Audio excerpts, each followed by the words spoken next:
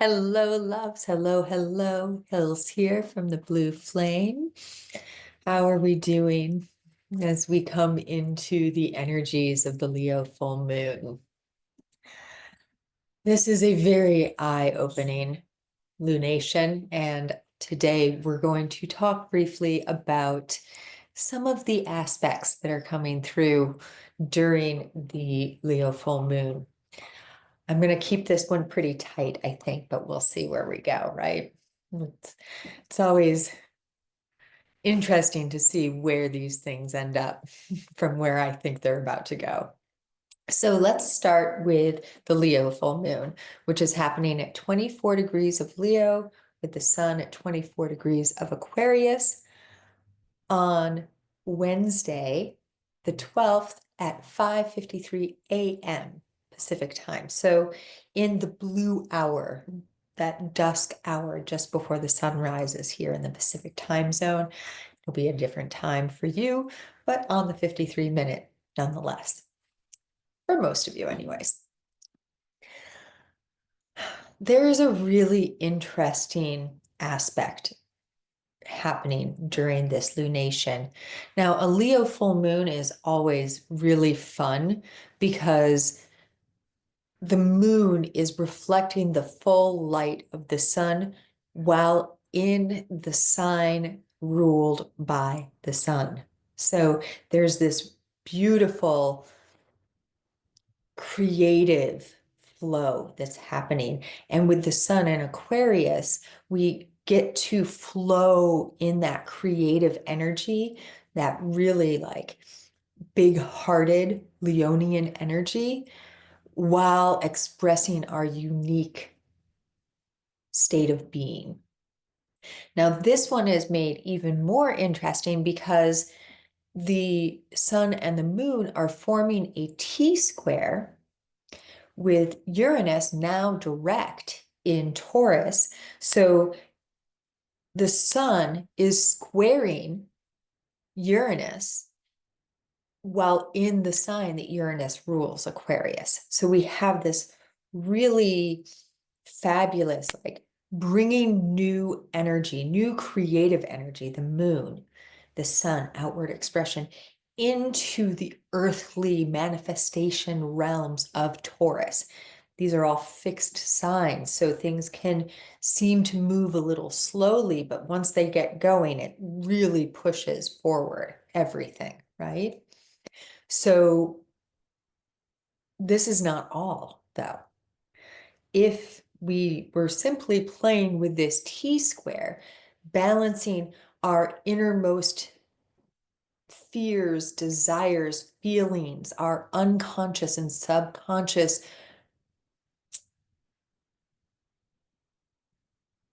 states of being with our outward expression. How do we express ourselves uniquely in the world? What is our unique rhythm, our unique voice?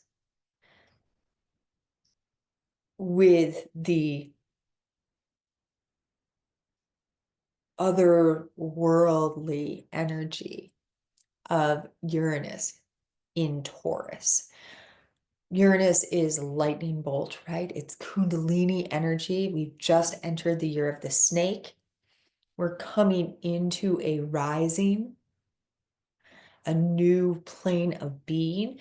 Uranus now moving forward is on its way to finally leaving Taurus into the realms of unique expression, Gemini.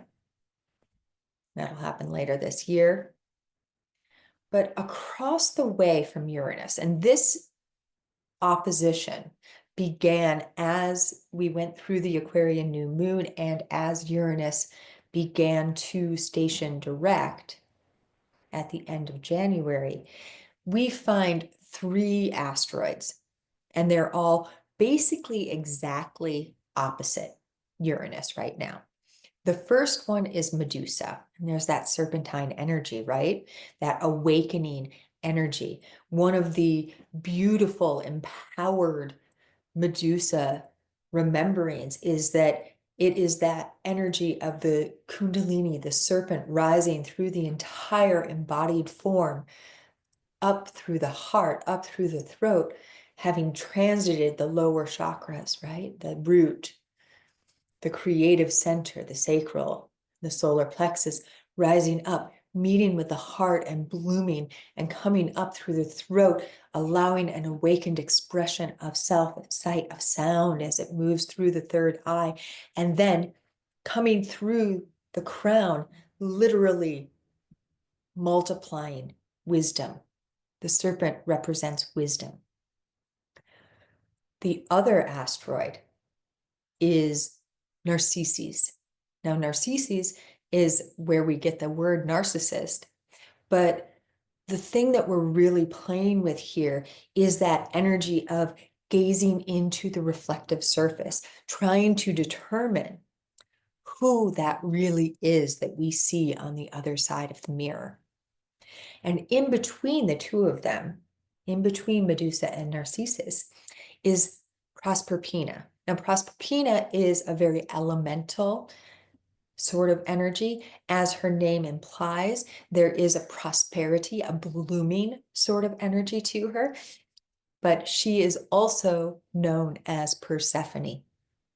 This is the other name for Persephone. So here we're playing with that energy of bridging, of being the queen of the underworld, and also the bringer of new life, the spring, and bridging this more masculine energy of Narcissus and this more feminine energy of Medusa. The way that this has been coming through, now they are in Scorpio, revealing occulted information, secrets, power, the way that we work with power, and they are in that water sign, that fixed water sign, so dense and murky. Sometimes we can't see very well, and then I invite you to think, to feel again into Narcissus, gazing at his reflection in the lake and falling, tumbling in, drowning.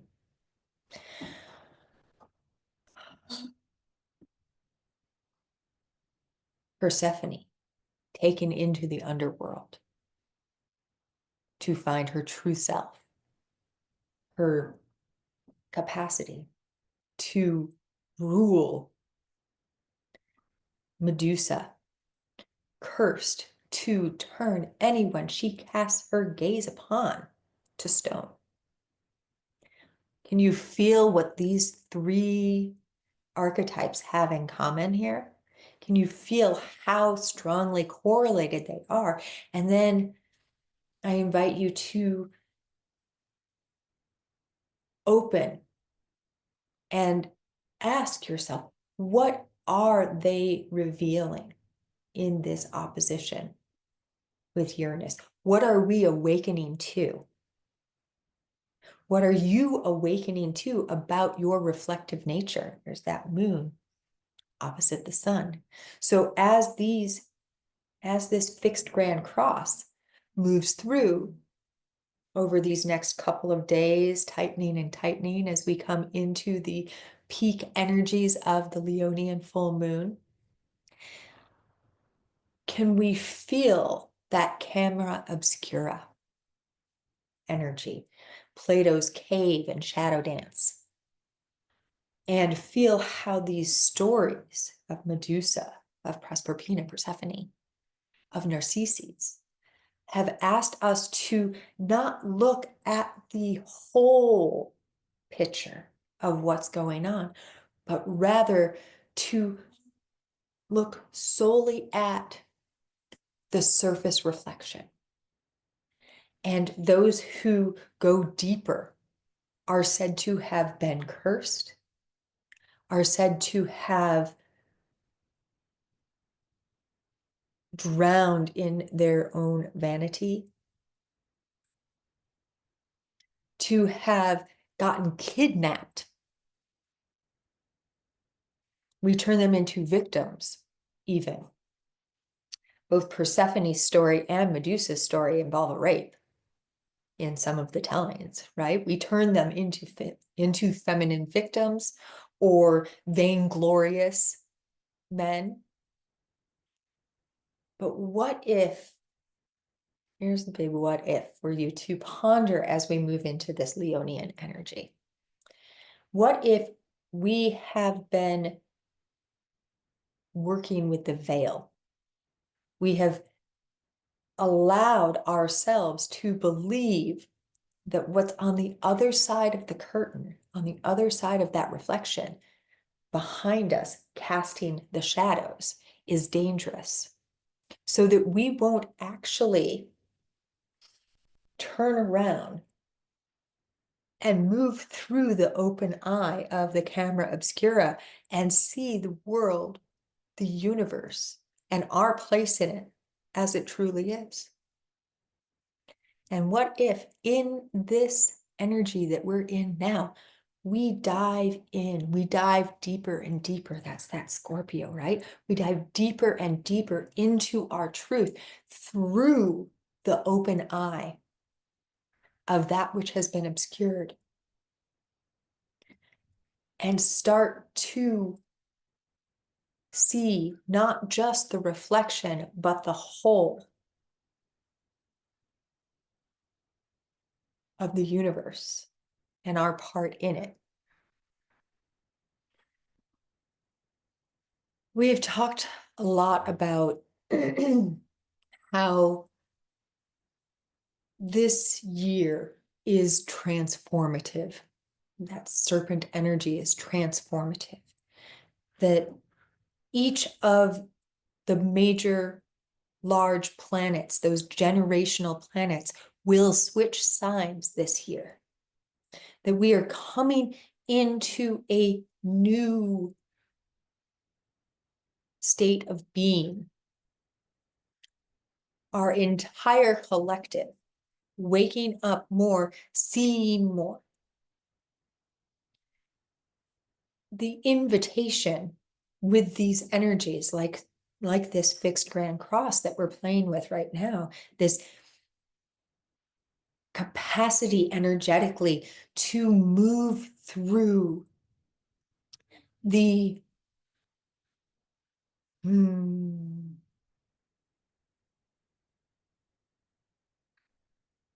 film that obscured our vision.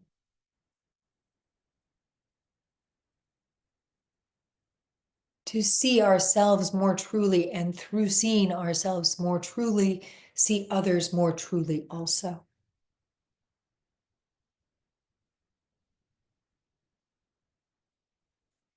How do you walk in the world? How do you live in the world more authentically?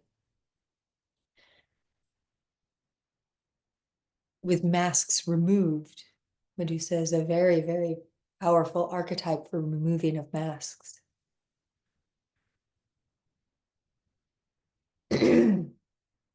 Okay. I'm asked to highlight that Mercury will also be conjunct the sun in these end degrees of Aquarius, getting ready for Mercury's great dawning, dusking, I guess, as on the somewhere between the 18th and the 22nd, Mercury pulls away just enough from the sun to give us that beautiful 7-planetary parade above the horizon in the moment of the setting sun. How do we express ourselves? Now,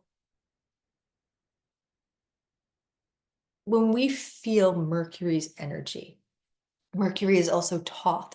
Mercury is also Hermes, right? It is that energy of revealing hidden wisdom, that which has been occulted, the messenger of the gods who can transit information interdimensionally, omnidimensionally, even.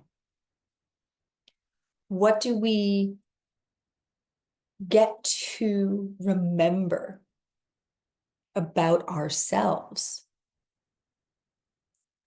when Mercury is conjunct the sun during a lunation such as this? Now, I'll invite you to take a look at your own chart if that calls and see what exists at between 22 degrees and 24 degrees, 25 degrees of the fixed signs. So that's Aquarius, Taurus, Leo, and Scorpio. See what's there, what houses are being impacted, because that will help you understand more about what might be ticking for you. I'll share for myself to help us feel into this. The location of the moon is just 3 degrees from the location of my natal Venus. So for me, my desires, my unconscious desires, how I create from my unconscious desires, how I magnetize unconsciously and subconsciously to myself is something that I'm getting to play with, right? I can explore that reflective surface of how maybe I call something in and it comes in like the camera obscura, flipped upside down and reversed. And I'm like, wait, that's not what I wanted. I wanted it the other way around.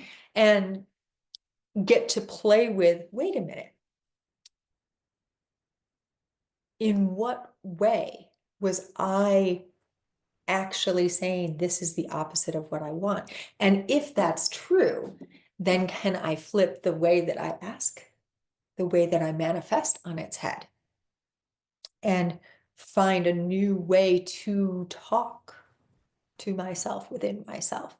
So self-care, being in love with love, is also a big piece of this for me, with that Venusian energy and in union with this moon.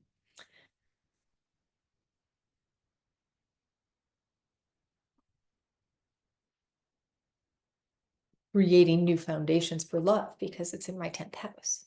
So can you feel how we can transform our relationship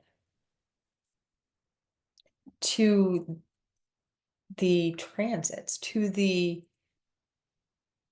energetic for the collective, as we dive in deeper to where these transits are occurring in our own chart?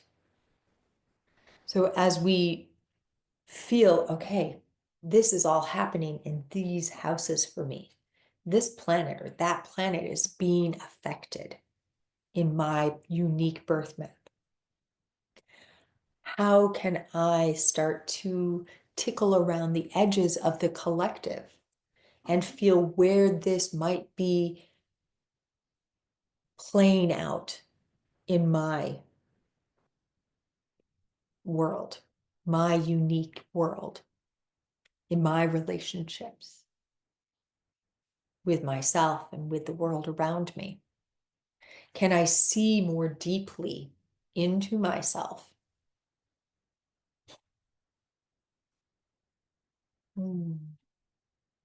Can I reflect more? And the full moons are a great time to release things. So maybe you can find that place in this energy where you have been obscuring something and find that eye-opening nature to help you move through and see more clearly yourself. To find that way in which you can turn yourself around and look more clearly. Maybe it's going to ask you to get deep and find an old pattern that you did not want to see. But through it, and it's releasing, if that's what's called for, you're able to move into the new more smoothly. And as I mentioned in my last video, which I'll link at the end of this one, we are coming into a very short, a very tight launch window where all of the planets are going to be direct, just in between this full moon and the new moon on the 27th. So, and the new moon on the 27th is right in the middle of this energy. So it's birthing the new. So really allow yourself to explore, use these mask removing, these depths penetrating energies of Proserpina, of Narcissus. Where are you too self-involved, maybe? Where are you too self-involved and not allowing the world to show itself to you? There is, let me feel if this is true for me to share this moment.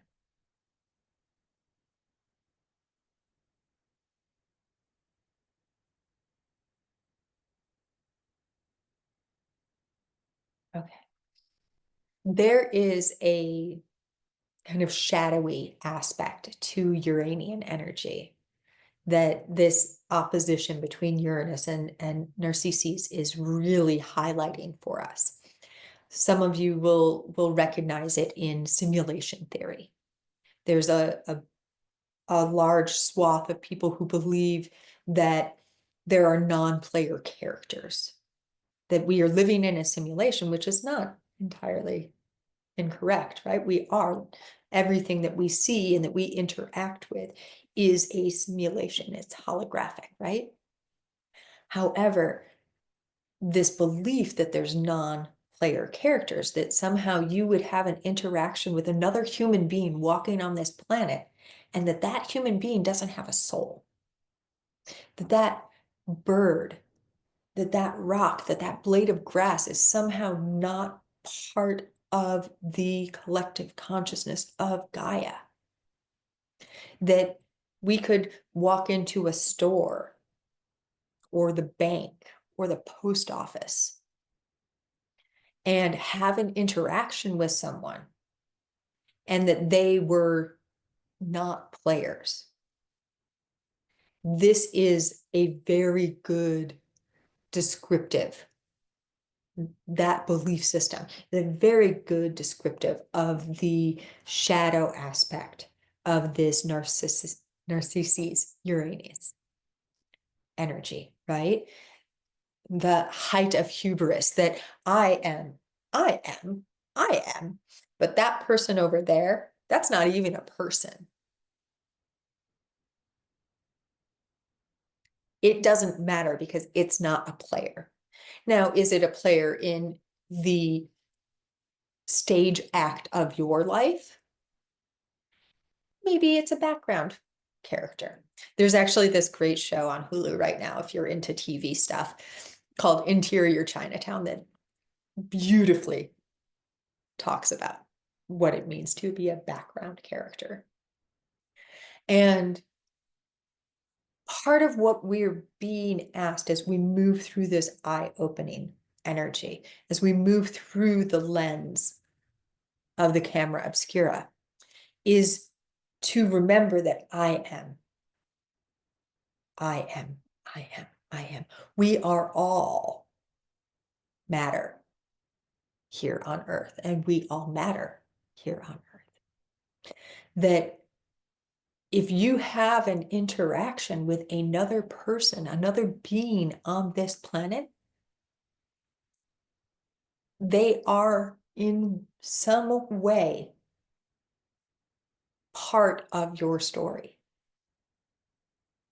Isn't that mind-blowing to think that we could literally simply brush past somebody and their shoulder touches our shoulder, and that electromagnetic, that etheric body, that auric body contact, and that tiniest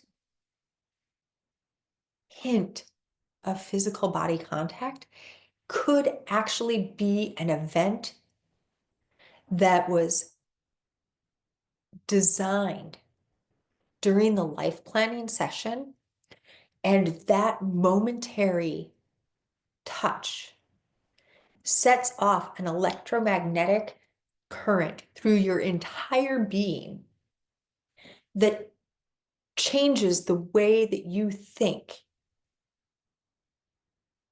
Subtle, that's fixed energy. A subtle shift that completely changes the course of everything is possible. And when we remember, when we open our eyes to, and we open our hearts to this truth, that every single molecular interaction is part of our soul's story. Whew. How do you live in the world when you remember that every single thing is touching everything else all the time? And you're interacting with the entirety of the planet in every breath you take. Yum, right?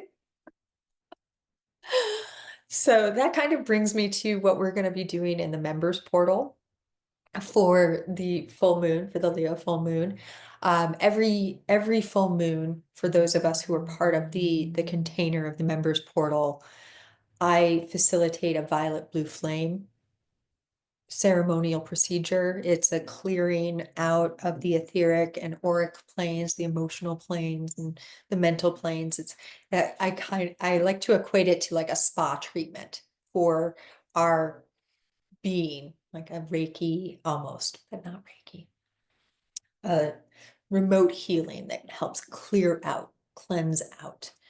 This particular clearing is going to be working with the energy of rose gold frequency of light. And I'll be recording a transmission for all of us in the members portal, talking about what that rose gold energy actually signifies, what it really typifies. I'll be putting together a grid later today. This one is my personal that I've been tuning my water with. And the ceremony itself is going to occur 12 hours before the full moon peak. So right around sunset here, the blue hour here in the evening. But I'll share more about that in the members portal. If this calls to you, please do come on over to right now the Patreon. We're going to be moving platforms soon, but it's still Patreon right now. And you can join at any of the tiers for receiving that. Let me feel. The movement is going to really be connecting into that ability to generate love within the self, to create a loving template, to share love with every molecule of your mattered being, and coming through that and into an ability to be nourished, to be filled enough to share even more love with the universe, with the world. We're filling our loving cups, as it were.